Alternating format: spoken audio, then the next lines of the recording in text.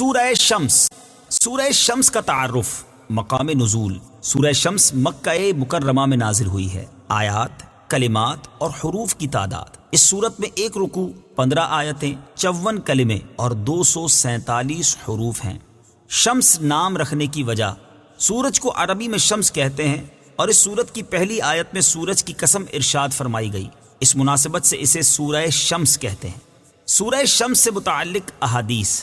Number 1، حضرت بریدہ رضی اللہ تعالیٰ عنہ فرماتے ہیں حضور پرنور صلی اللہ تعالیٰ علیہ وآلہ وسلم عشاء کی نماز میں والشمس وضحاها اور اس کے مشابہ صورتیں پڑھا کرتے تھے. نمبر 2، حضرت جابر بن سمورہ رضی اللہ تعالیٰ عنہ فرماتے ہیں حضور اقدس صلی اللہ تعالیٰ علیہ وآلہ وسلم نے انہیں فجر کی نماز پڑھائی تو اس میں والشمس وضحاها اور والسماء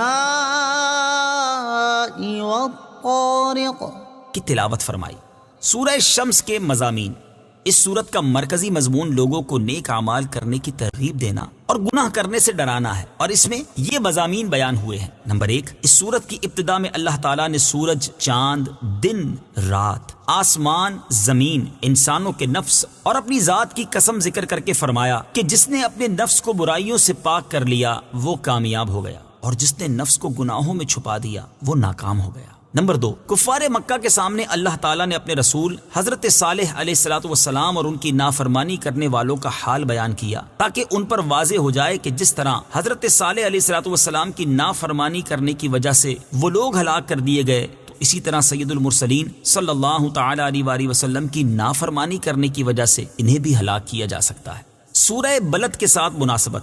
سورہ شمس کی اپنے سے ماقبل سورت بلد کے ساتھ مناسبت یہ ہے کہ سورہ بلد کے آخر میں بتایا گیا کہ کفار کو آخرت میں جہنم کی سزا دی جائے گی، اور اس سورت کے آخر میں بتایا گیا کہ بعض کفار کو دنیا میں بھی سزا دی گئی ہے. بسم اللہ الرحمن الرحیم. ترجمہ: اللہ کے نام سے شروع جو نہایت مہربان رحمت والا ہے. والشمس وضحاها والقمر اذا تلاها. ترجمہ: سورج اور اس کی روشنی کی قسم، اور چاند کی جب اس کے پیچھے آئے. والشمس وضحاها، سورج اور اس کی روشنی کی قسم. تفسیر صراط الجنان میں ہے یعنی سورج کی قسم جبکہ اس کی روشنی ظاہر ہو. اس صورت میں اللہ تعالیٰ نے اپنی قدرت کی عظمت اور معبود ہونے میں اپنی وحدانیت کا اظہار کرنے کے لیے متعدد چیزوں کی قسم ارشاد فرمائی ہے، اور یہ چیزیں ایسی ہیں کہ ان کے ساتھ مخلوق کے عظیم منافع وابستہ ہیں، اور ان میں غور و فکر کر کے ہر انسان اللہ تعالیٰ کی قدرت اور اس کی وحدانیت کے بارے میں جان سکتا ہے. والقمر اذا تلاها، اور چاند کی جب اس کے پیچھے آئے. تفسیر صراط الجنان میں ہے یعنی چاند کی قسم جب وہ سورج غروب ہونے کے بعد نکل آئے. والنہار اذا جلاها واللیل اذا یغشاها. ترجمہ: اور دن کی جب وہ سورج کو چمکائے، اور رات کی جب وہ سورج کو چھپا دے. والنہار اذا جلاها، اور دن کی جب وہ سورج کو چمکائے. تفسیر صراط الجنان میں ہے اس آیت کا ایک معنی یہ ہے کہ دن کی قسم جب وہ سورج کو خوب واضح کر دے، کیونکہ دن سورج کے نور کا نام ہے، تو جتنا دن زیادہ روشن ہوگا اتنا ہی سورج کا ظہور زیادہ ہوگا، کیونکہ اثر کی قوت اور اس کا کمال اثر کرنے والے کی قوت اور کمال پر دلالت کرتا ہے، لہٰذا دن سورج کو ظاہر کر دیتا ہے. دوسرا معنی یہ ہے کہ دن کی قسم جب دن دنیا کو یا زمین کو روشن کر دے یا رات کی تاریکی کو دور کر دے. واللیل اذا یغشاها، اور رات کی جب وہ سورج کو چھپا دے.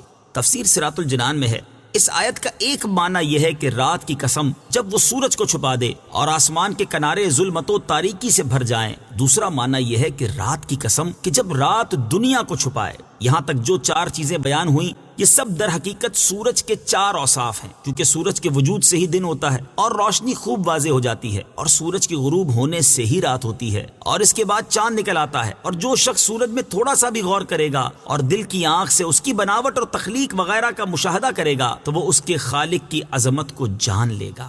والسماء وما بناها، والأرض وما طحاها.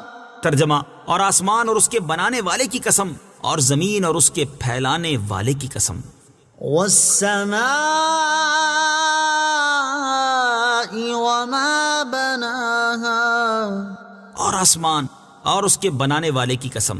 تفسیر صراط الجنان میں ہے، یعنی آسمان کی قسم اور اس کی قسم جس نے اسے انتہائی بڑا اور نہایت بلند بنایا ہے، اور اسے بنانے والا اللہ تعالی ہے. والأرض وما طحاها. اور زمین اور اس کے پھیلانے والے کی قسم. تفسیر صراط الجنان میں ہے، یعنی زمین کی قسم اور اس کی قسم جس نے اسے پانی پر پھیلایا تاکہ زمین پر موجود جانداروں کے لیے اس پر زندگی گزارنا ممکن ہو. ونفس وما سواها فألهمها فجورها وتقواها. ترجمہ، اور جان کی اور اس کی جس نے اسے ٹھیک بنایا، پھر اس کی نافرمانی اور اس کی پرہیزگاری کی سمجھ اس کے دل میں ڈالی. ونفس وما سواها.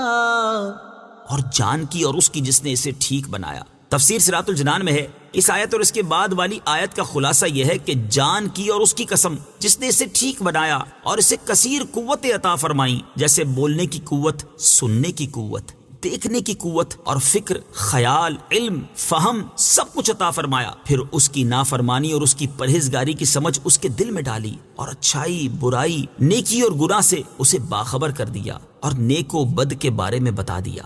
نبی اکرم صلی اللہ تعالی علیہ وآلہ وسلم کی ایک دعا حضرت عبداللہ ابن عباس رضی اللہ تعالی عنہما سے مروی ہے کہ جب رسول اللہ صلی اللہ تعالی علیہ وآلہ وسلم تلاوت کرتے ہوئے ان آیات ونفس وما سواها فألهمها فجورها وتقواها پر پہنچتے تو رک جاتے، پھر فرماتے اللهم آت نفسی تقواها وزکها انت خیر من زکاها انت ولیها ومولاها. یعنی اے اللہ میرے نفس کو تقوی عطا فرما، اس کو پاکیزہ کر، تو سب سے بہتر پاک کرنے والا ہے، تو ہی اس کا ولی اور مولا ہے. قد افلح من زکاها وقد خاب من دساها. ترجمہ، بے شک جس نے نفس کو پاک کر لیا وہ کامیاب ہو گیا، اور بے شک جس نے نفس کو گناہوں میں چھپا دیا وہ ناکام ہو گیا. قد افلح من زکاها. بے شک جس نے نفس کو پاک کر لیا وہ کامیاب ہو گیا.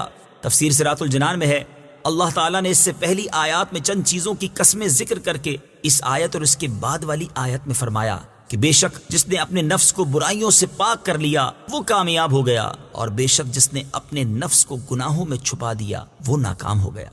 نفس کو برائیوں سے پاک کرنا کامیابی کا ذریعہ ہے. اس سے معلوم ہوا کہ اپنے نفس کو برائیوں سے پاک کرنا کامیابی حاصل کرنے کا ذریعہ، اور اپنے نفس کو گناہوں میں چھپا دینا ناکامی کا سبب ہے. اور نفس برائیوں سے اسی وقت پاک ہو سکتا ہے جب اللہ تعالیٰ اور اس کے حبیب صلی اللہ تعالی علیہ وآلہ وسلم کی اطاعت کی جائے. اور اطاعت کرنے والوں کے بارے میں اللہ تعالیٰ ارشاد فرماتا ہے ومن يطع الله ورسوله ويخش الله ويتقه فأولئك هم الفائزون. ترجمہ، اور جو اللہ اور اس کے رسول کی اطاعت کرے اور اللہ سے ڈرے اور اس کی نافرمانی سے ڈرے تو یہی لوگ کامیاب ہیں. اور ارشاد فرماتا ہے ومن يطع الله ورسوله فقد فاز فوزا عظيما.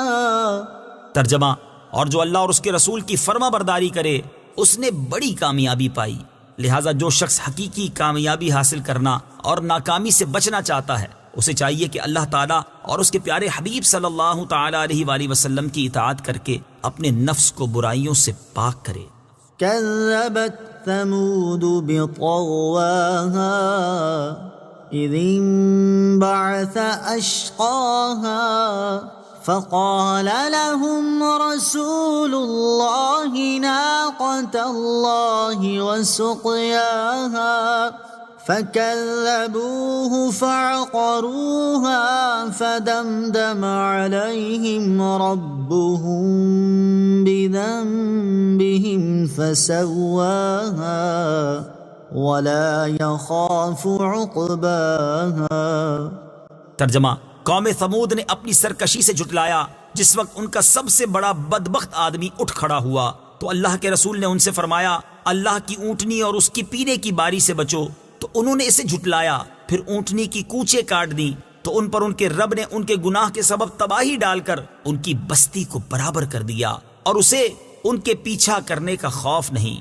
كذبت ثمود بطغواها، قوم ثمود نے اپنی سرکشی سے جھٹلایا۔ تفسیر صراط الجنان میں ہے اس سے پہلی آیات میں کئی قسموں سے اطاعت گزار کی کامیابی اور نافرمان کی ناکامی کو بیان کیا گیا۔ اب یہاں اللہ تعالیٰ نے اپنے ایک رسول اور ان کی نافرمانی کرنے والوں کا حال بیان کیا ہے تاکہ کفار مکہ پر واضح ہو جائے کہ جس طرح حضرت صالح علیہ السلام کی نافرمانی کرنے کی وجہ سے ان کی قوم ہلاک کر دی گئی، تو اسی طرح رسول کریم صلی اللہ تعالی علیہ وآلہ وسلم کی نافرمانی کرنے کی وجہ سے انہیں بھی ہلاک کیا جا سکتا ہے۔ چنانچہ اس آیت اور اس کے بعد والی 4 آیات کا خلاصہ یہ ہے کہ قوم ثمود نے اپنی سرکشی سے اپنے رسول حضرت صالح علیہ السلام کو اس وقت جھٹلایا جب ان کا سب سے بڑا بدبخت آدمی قدار بن سالف ان سب کی مرضی سے اونٹنی کی کوچے کاٹنے کے لیے اٹھ کھڑا ہوا، تو اللہ تعالیٰ کے رسول حضرت صالح علیہ السلام نے ان سے فرمایا تم اللہ تعالیٰ کی اونٹنی کے در پہ ہونے سے بچو اور جو دن اس کے لیے پانی پینے کا مقرر ہے اس دن پانی نہ لو تاکہ تم پر عذاب نہ آئے۔ تو انہوں نے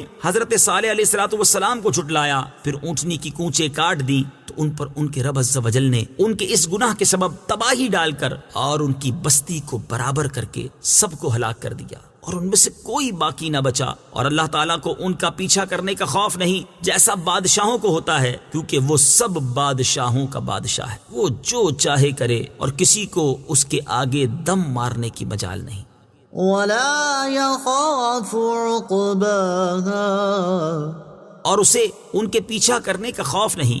تفسیر صراط الجنان میں ہے بعض مفسرین نے اس آیت کے معنی یہ بھی بیان کیے ہیں کہ حضرت صالح علیہ السلام کو ان میں سے کسی کا خوف نہیں کہ عذاب نازل ہونے کے بعد وہ انہیں ایذا پہنچا سکے۔ صدق اللہ العظیم۔